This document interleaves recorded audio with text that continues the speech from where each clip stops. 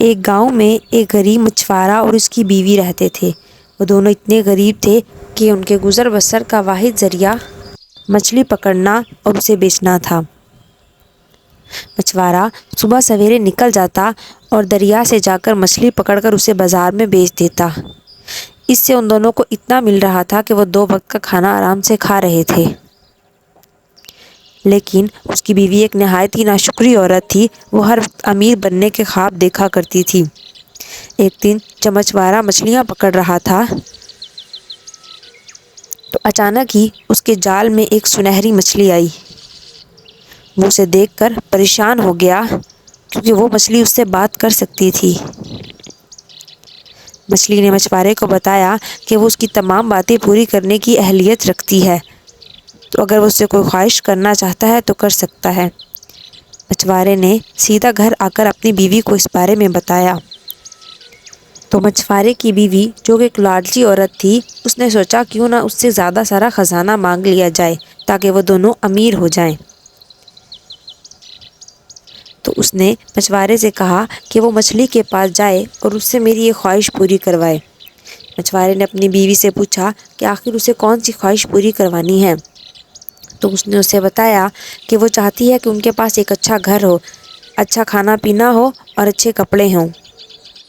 تو اگلی صبح مچھوارا جب مچھلی پکڑنے گیا تو وہاں جا کر اس نے مچھلی کو بلایا۔ مچھلی حاضر ہوئی اور اس نے مچھلی کو اپنی بیوی کی خواہش بتائی۔ جب وہ گھر واپس آیا تو وہ کیا دیکھتا ہے کہ ان کی ایک چھوٹی سی جھونپڑی ایک نہایت ہی خوبصورت گھر میں بدل چکی ہے۔ اس کی بیوی خوش ہوتی ہے، لیکن جب رات کو وہ سو جاتا ہے تو اس کی بیوی پھر سے سوچنے لگتی ہے۔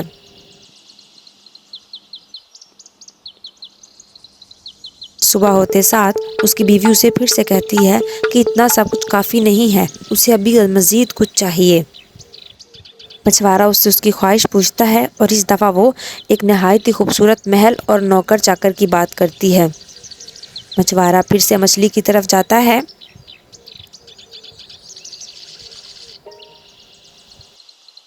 دریا کنارے پہنچ کر وہ پھر سے مچھلی کو بلاتا ہے اور اسے اپنی بیوی کی اس خواہش کے بارے میں بتاتا ہے۔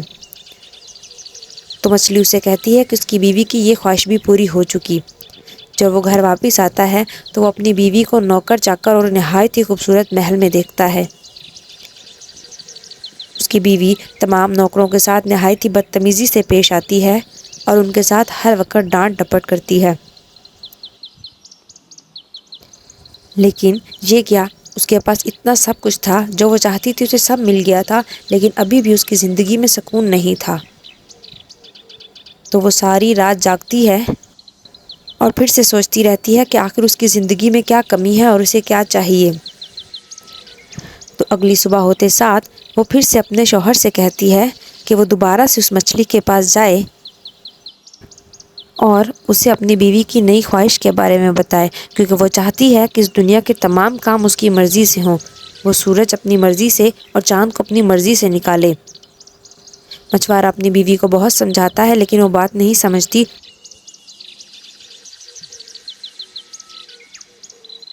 تو آخرکار وہ دوبارہ سے اس مچھلی کے پاس جاتا ہے، اسے جا کر اپنی بیوی کی خواہش بتاتا ہے۔ تو مچھلی یہ بات سن کر اداس ہو جاتی ہے۔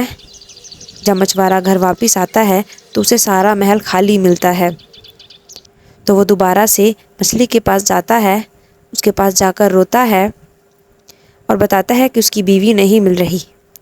تو مچھلی اسے بتاتی ہے کہ اس کی بیوی نے ایک ایسی خواہش کی تھی جو قادر مطلق کو پسند نہیں آئی، کیونکہ دنیا کا سارا اختیار قادر مطلق کے پاس ہے، اس وجہ سے اس کی بیوی اب ہمیشہ ہمیشہ کے لیے غائب ہو چکی ہے، کیونکہ اس نے اپنے رب کی نافرمانی کی ہے اور اس کے اختیارات لینا چاہے ہیں۔